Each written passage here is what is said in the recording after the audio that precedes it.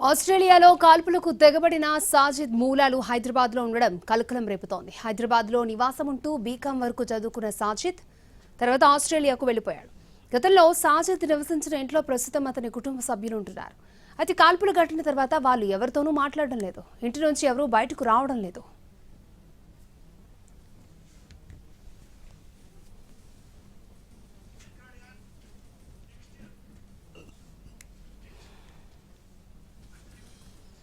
ఆస్ట్రేలియాలో కాల్పులకు తెగబడిన సాజిద్ మూలాలు హైదరాబాద్లో ఉండడం కలకలం రేపుతోంది. గతంలో నివసించిన ఇంటి దగ్గర నుంచి తాజా అప్డేట్స్ ని మా ప్రతినిధి రాధాకృష్ణ మనకు అందిస్తారు.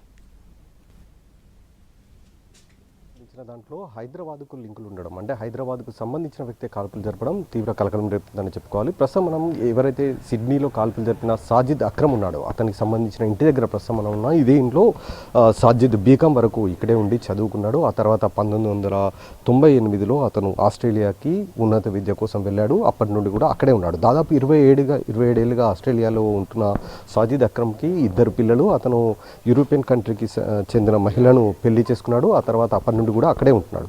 కేవలం ఇప్పటి వరకు అంటే 27 సంవత్సరాలలో కేవలం 6 సార్లు మాత్రమే సాజిద్ ఇంటికి వచ్చినట్లు కూడా గుర్తించడం జరిగింది.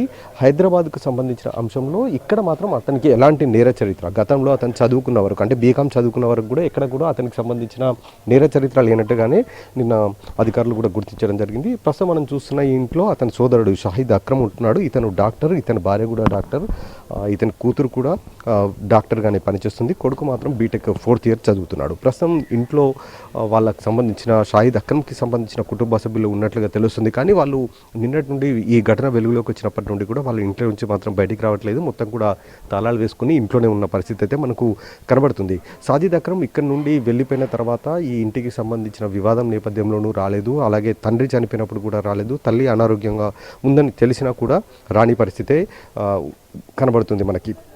మొత్తానికి మాత్రం సాజిద్ అక్రమ్ ఒక ప్లాన్ ప్రకారం అంటే ఐసిస్కి సంబంధించిన భావజాలం ఉండడంతో అతనితో పాటు అతని కొడుకు నవీద్ అక్రమ్లు ఇద్దరు కలిసి కూడా ఈ యూదుల ఫెస్టివల్ రోజు ఈ కాల్పులు జరిపారు. ఈ ఘటనలో మొత్తం 15 మంది చనిపోయిన ఘటన చోటు చేసుకోవడం జరిగింది. ప్రస్తుతం అయితే సాజిద్ అక్రమ్కి సంబంధించిన దాంట్లో ఎక్కడ కూడా ప్రధానంగా టౌలిచౌక్లో నివాసం ఉంటున్న ఈ ప్రాంతంకి సంబంధించిన తో పాటుగా అతను చదువుకున్న కాలేజు మిగతా ప్రాంతాల్లో అతని స్నేహితులను అందరినీ కూడా వివరాలు అయితే అడిగి తెలుసుకోవడం జరిగింది. ఎక్కడ కూడా నేర చరిత్ర లేని సాజిద్ అక్రమ్ ఏ విధంగా మరి ఈ భావజాలం వైపు వెళ్ళాడు, ఏ విధంగా ఈ కాల్పులు జరపడన్న దానికి సంబంధించిన అంశంలోనే ఇక్కడ ఉన్న స్థానికులందరూ కూడా ఒక్కసారిగా షాకుకు గురవుతున్న పరిస్థితి కనబడుతుంది. స్థానికులు కూడా ఇక్కడ ఉన్న వాళ్ళు మనకు చెప్తూ ఉన్నారు, కనీసం ఇంట్లోంచి కూడా ఎవరు బయటికి రారని చెప్తున్నారు. అలాగే రాత్రి వేళల్లో లైట్లు కూడా సరిగ్గా వేయని పరిస్థితే మనకు కనబడుతుంది అనేది కూడా స్థానికులు చెప్తున్న సిచ్యువేషన్ అయితే ఉంది. మరి సాజిద్ అక్రమ్ ప్రస్తుతం అయితే వాళ్ళ తమ్ముడు మాత్రం ఇప్పటివరకు కూడా అందుబాటులోకి రాలేదు. వాళ్ళ తమ్ముడితోటి మాట్లాడించే ప్రయత్నం అయితే చేయడానికి ప్రయత్నం చేస్తున్నాం. కానీ ఇప్పటివరకు కూడా అతను అందుబాటులోకి పరిస్థితి కనబడుతుంది. ఈ దాదాపు 6 నెలల క్రితం వరకు కూడా ఒక